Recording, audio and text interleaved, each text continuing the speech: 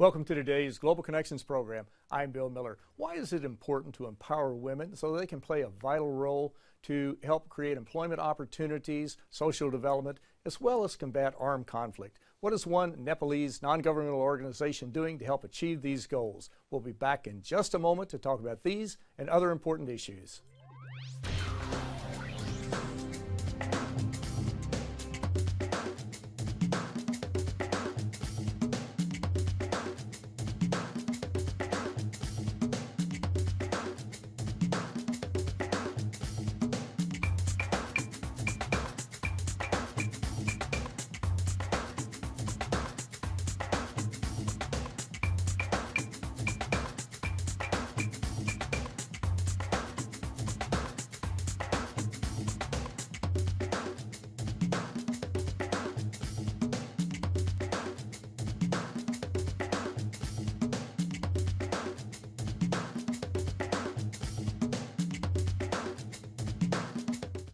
Welcome back to our program. Today we're taking a look at why it is important to empower women so that they can play a vital role in dealing with many of the issues confronting people in every country, especially in Nepal and some of the Asian countries. My guest today is an expert in this area. My guest today is Ms. Saloni Singh. Ms. Singh is the executive chair of the Didibahini, a Nepali non-profit, non-governmental organization.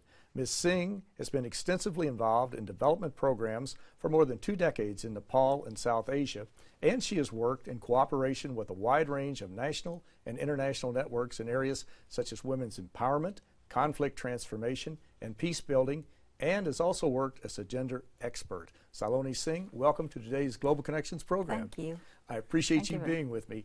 Let's get right into it. What is the Didibahini non-governmental organization? When was this formed? Why was it formed? What does it do? Didibahini, by its name in my language, in Nepali language, is elder sister and younger sister. It is a sisterhood campaign, we call, a campaign for gender justice, social equality, and inclusion. We started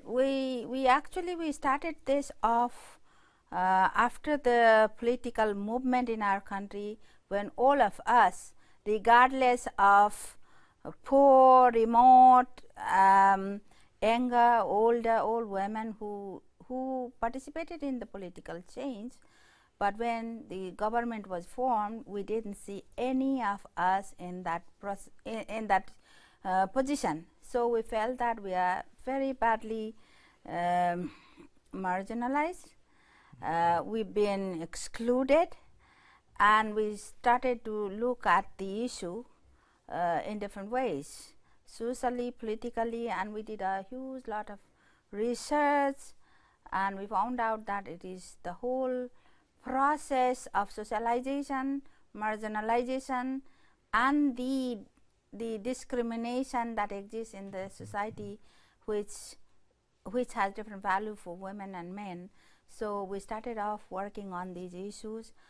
Therefore, the main objective of Didibahini is to establish gender equal society, to transform political and economic processes towards social justice and gender equality.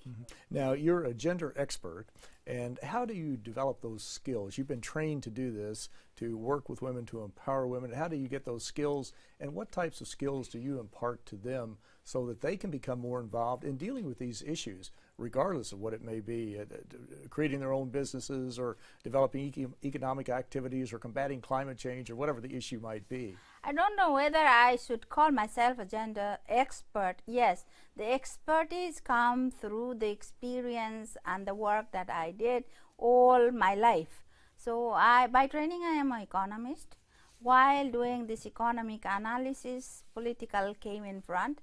The whole game of economic distribution is governed by the politics. When we look at the politics, you can see social, cultural discrimination all around, and that is how I got involved in this social analysis that linked to the political gender analysis. And gender is a very, very, very political issue that is linked with each individual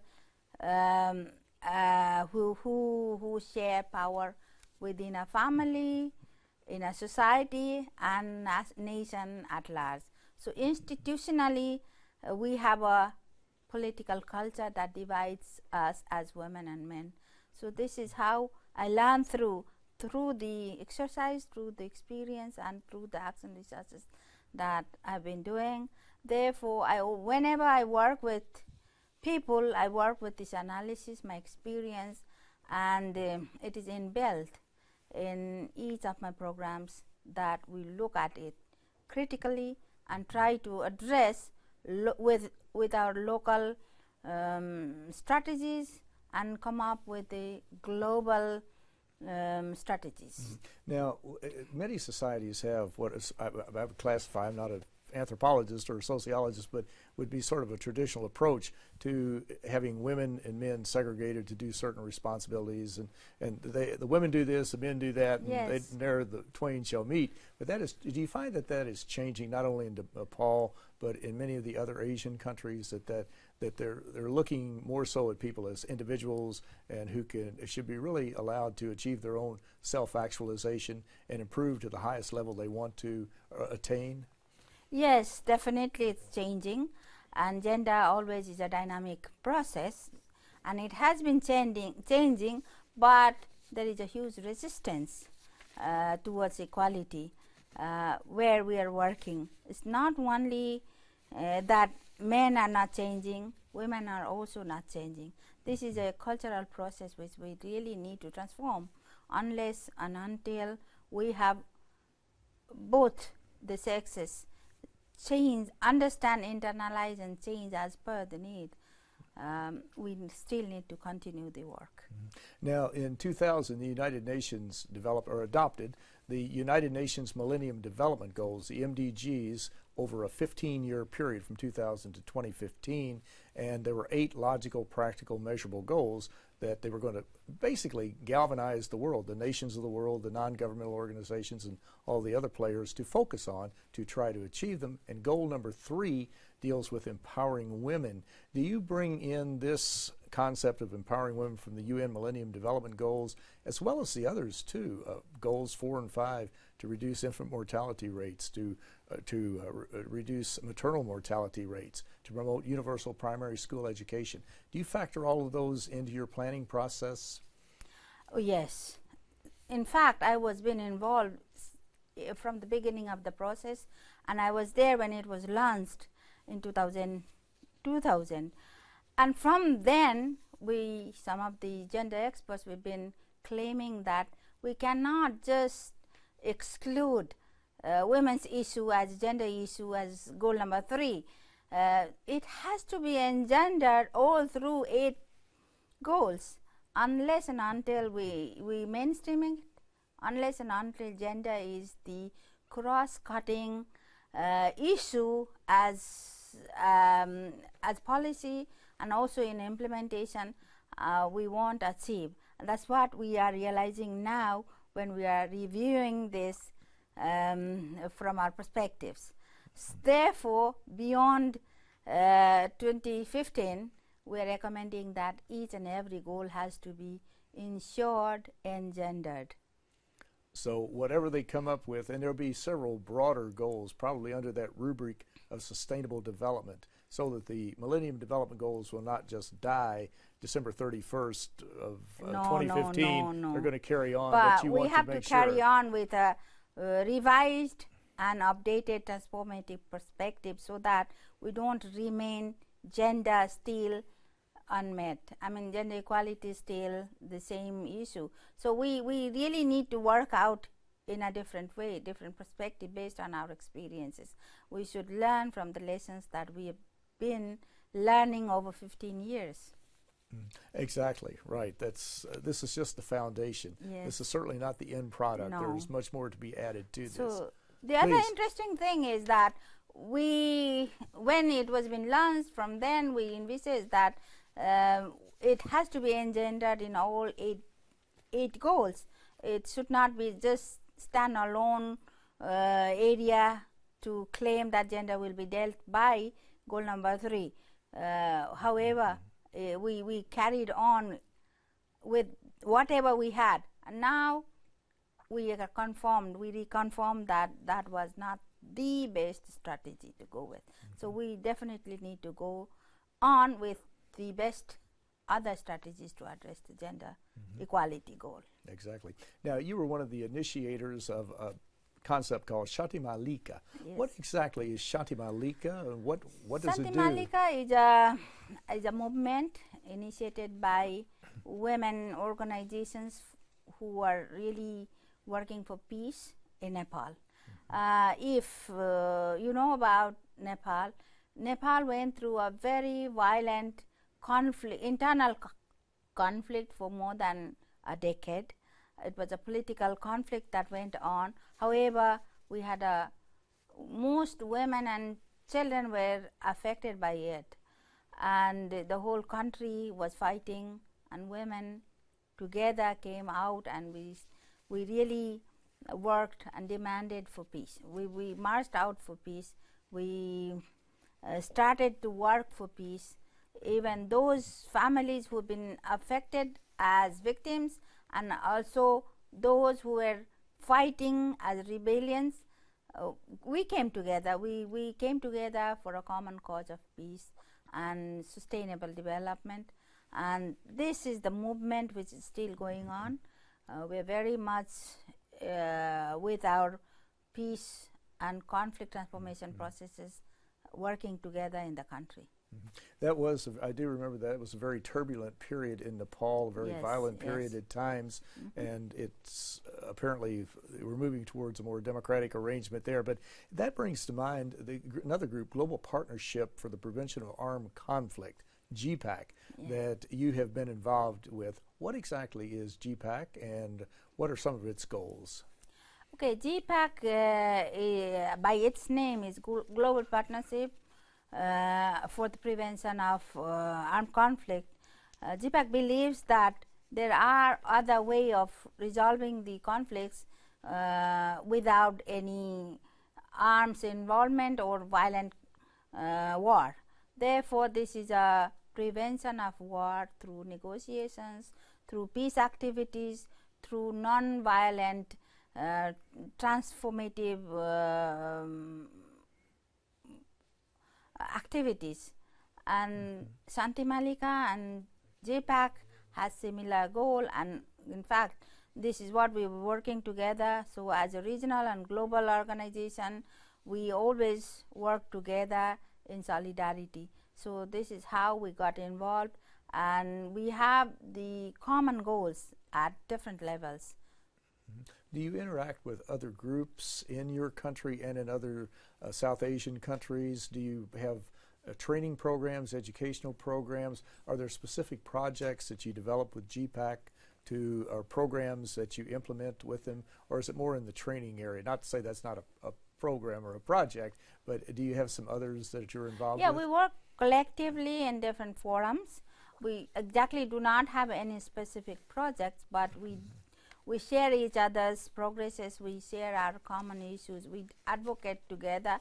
We not only GPAC, we are part of many different peace alliances and also networks in different themes like education, empowerment, violence against women.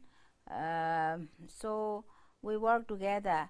So the main strength of our peace work is our collaborative approach at local, national, regional, and global level.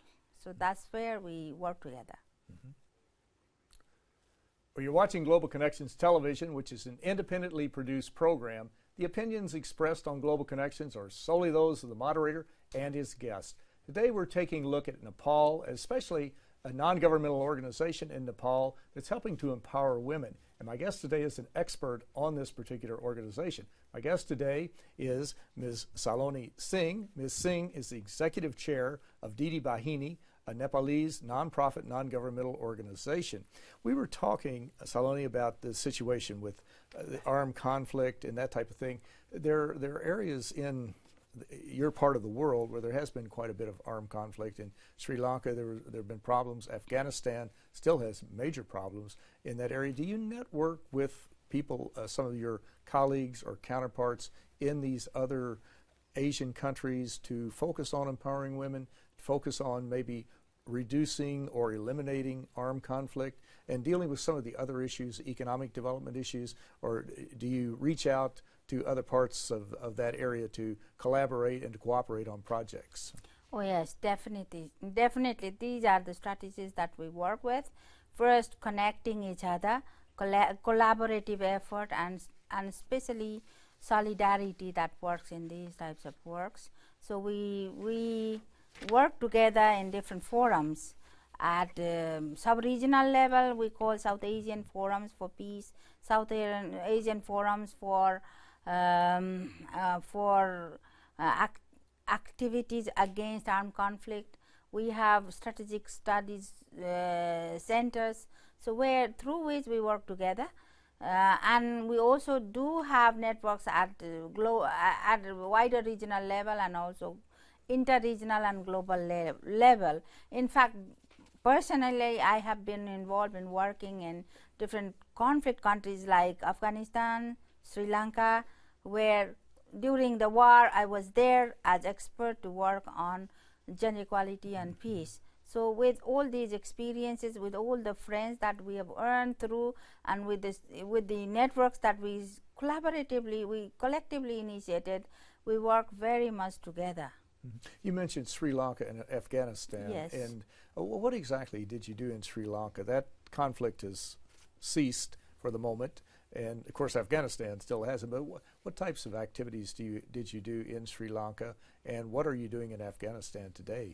When I was in Sri Lanka, actually we were looking at, we were trying to mainstream gender and also implementing 1325, some values of the UNHCR 1325 there, because during the war none of the parties were that much sensitive about these issues.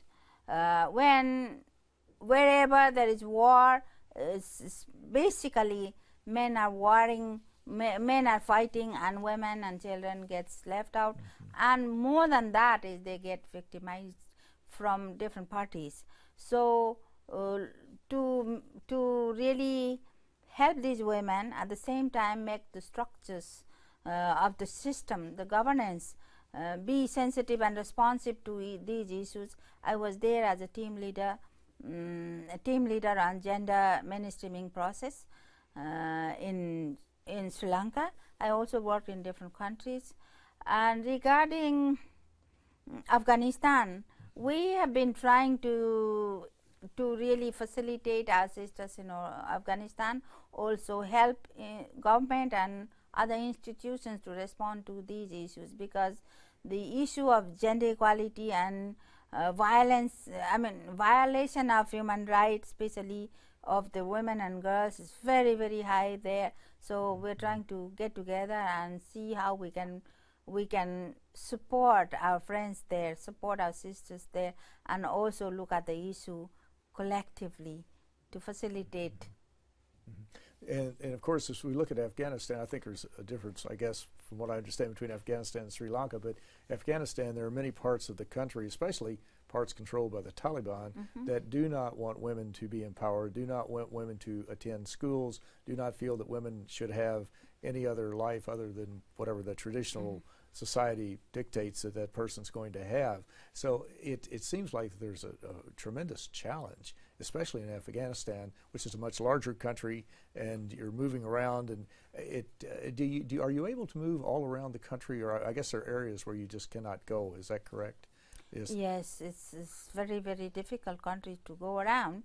However, we connect ourselves through women organizations that are very actively working in that country. So the only way that we communicate with them is through our friends, sisters who are working there. So we also connect. We have this alliance working on, especially in South Asia. We organize our collective strategic planning meetings, solidarity meetings, and sharing meetings in different countries. that is when we share ourselves, we meet ourselves, and we directly cannot do anything. We have not been able to do anything in Afghanistan. However, through GPAC, we have a plan that we will do something together, including Afghanistan. We have been planning to go there and do something, at least meet face to face with our sisters in Afghanistan. And as I think about the plight of women, especially in some of the Asian countries, the one who comes to mind, the young lady Malala, who has turned into a superstar. And of course, we all know the story of how the Taliban tried to kill her, basically. Yes. It was a tragic situation. They had Malala Day at the United Nations not too long ago. Is she networking with your? She's from Pakistan, but is she networking with your group, or do you talk about her? Do you bring in her story to help with your particular educational activities and focus upon what happened to her? Malala is a very, very, popular icon now. So we are so proud that she comes from our part. And we actually see the one who has been known by all the world, but there are many Malalas who are working inside without their identities. So we are also trying to find out different Malalas in different corners of these countries, and we're trying to write down her stories. So one of the objectives for next year in our GPAC group is we're trying to document all those contributions from our senior sisters in the women's movement for peace building, and document and write down and release this in Afghanistan next year. So this is one of our missions that we would like to do it, where we will have documented many different very, very outstanding women who have contributed in bringing us up to this level. So this is what is our story that we will be documenting, and the name will be Her Story. We have had many histories. Histories does not really articulate the names of women, so women now are together to write their own story. And as you said, there are many Malalas, and that is very, very true. You have very courageous people, women and men, who are looking into the face of adversity and are performing heroically in many areas, and it is quite a tribute, and it's wonderful that you're going to be documenting this, and I'm assuming now that this information, these stories, will be on Didibahini.org, the website, and other places that people will be able to find them once you complete the project. Is that correct? We look forward to it. Definitely, we would like to upload these things in our website. Now, only in the Didibahini website, we will be uploading this in many different websites, because we would like the whole world to read her story, not only his stories. Exactly, all of them. And of course, our viewers can get more information if they go to www.didibahini.org and can learn more about what we're talking about today and many of the items and issues that we will not be able to get to. And it's very important that we do that. We talk about partners, and it's so critical to have partners. You have partners in various countries in Asia. You have other partners too, I guess, with the United Nations. Who are some of your key partners in the UN system with whom you interact and work closely from time to time? So we really have very good experience working with different agencies of the UN, starting from UNICEF, UNDP, UN Children's Fund, UN Children's Fund, Women's Fund, UNFPA, Fund for Population, and then ILO, including human rights.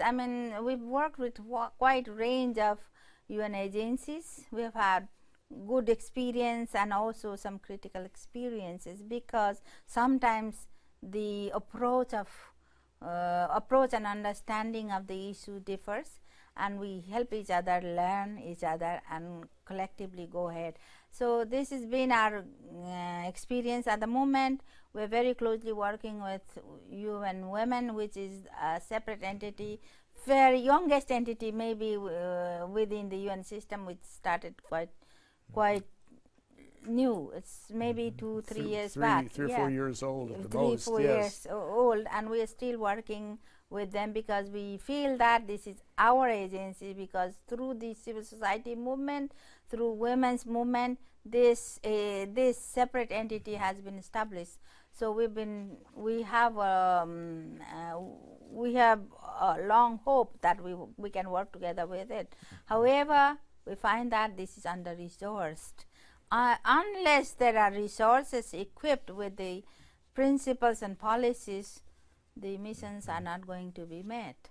Exactly. Well, Didibahini, the Didibahini non-governmental organization is playing a very critical role, and these are all important issues, and it's very important to focus on them and try to improve the situation. But Saloni Singh, I want to thank you so very much for a very interesting and a very informative program. Thank you very much for bringing me in this show. Thank you. I'm Bill Miller. Thanks for joining us on Global Connections Television.